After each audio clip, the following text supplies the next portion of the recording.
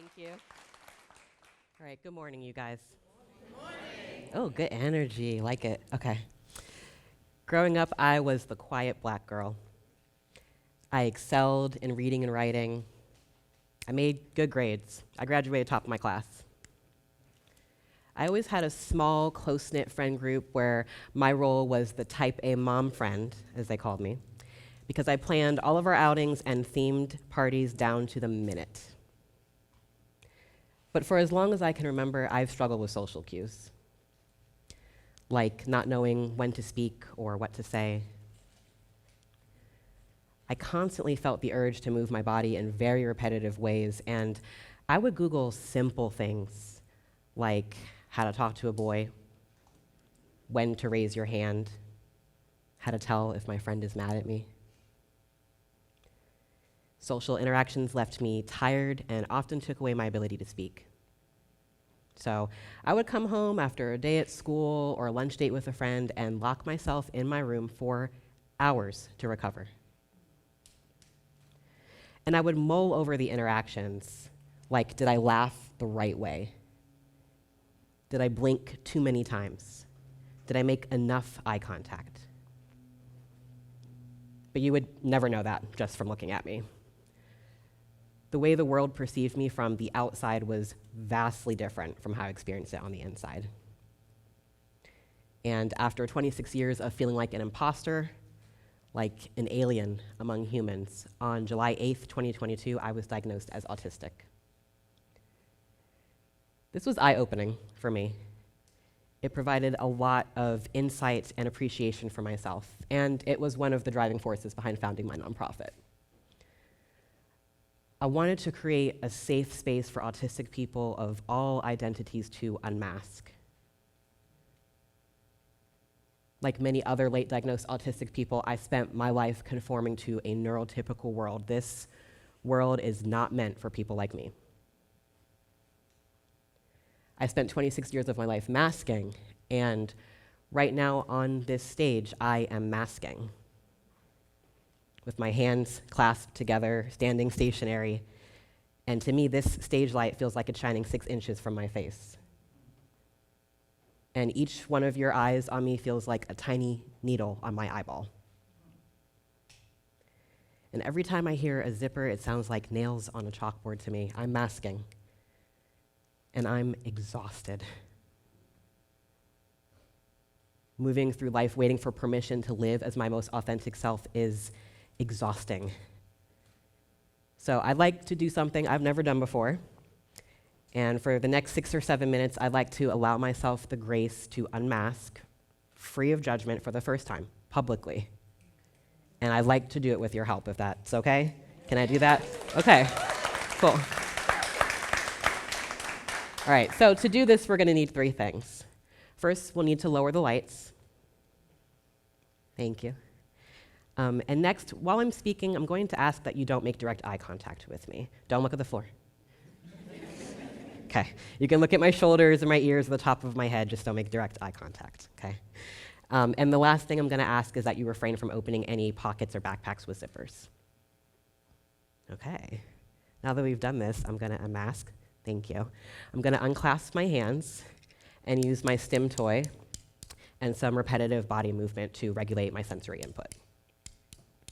You might notice a slight change in tone or inflection of my voice, and you may notice my gaze shifting to unoccupied areas of the room.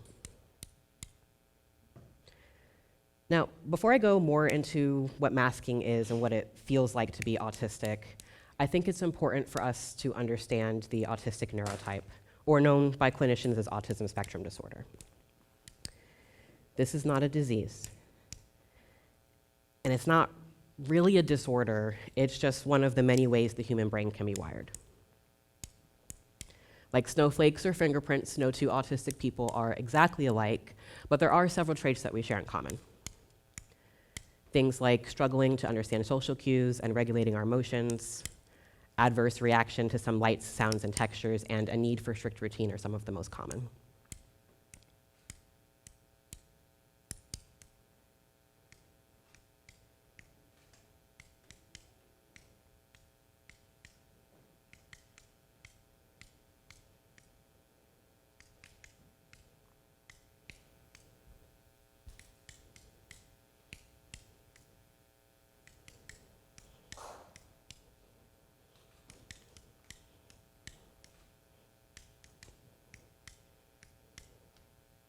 Many people believe that spectrum refers to the severity of how the autistic neurotype will present.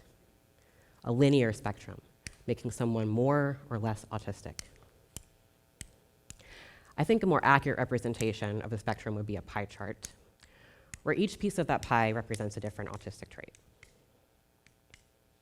And each piece of that pie might be bigger or smaller from person to person, or even within one person from day to day or circumstance to circumstance. Now, again, because we aren't born with the same neurological programming as our allistic counterparts, this is why we struggle with things like understanding social cues and regulating our emotions. But every time we're laughed at for saying the wrong thing, made fun of for wearing the wrong thing, judged for listening to the wrong music, we learn to adapt, change, and mask. Now, masking will look different for every autistic person. Things like age, gender, sexuality, socioeconomic class, race, all of these things play a factor. But the general thread is that masking for an autistic person can be compared to the skin of a chameleon. It's how we blend in with our surroundings so that we aren't preyed on, or in human terms, bullied, targeted, and discriminated against. Except unlike a chameleon changing its colors, which comes easily and innately, masking is exhausting for autistic people. It goes against the fundamental nature of our neurotype, and when done for prolonged periods of time, it can lead to burnout. I had no idea this is what I was doing my entire life.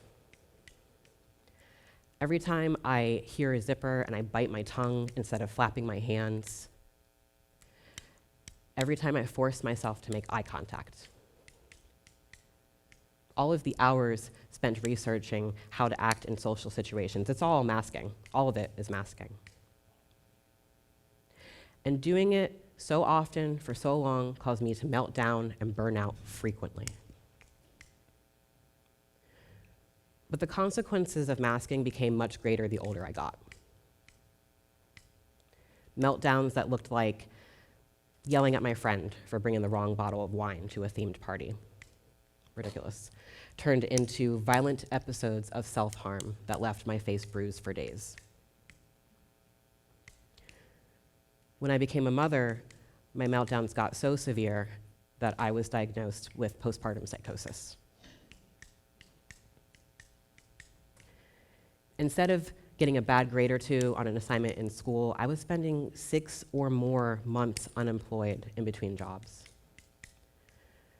I thought that I was experiencing depressive episodes, but really it was autistic burnout from masking so much at work.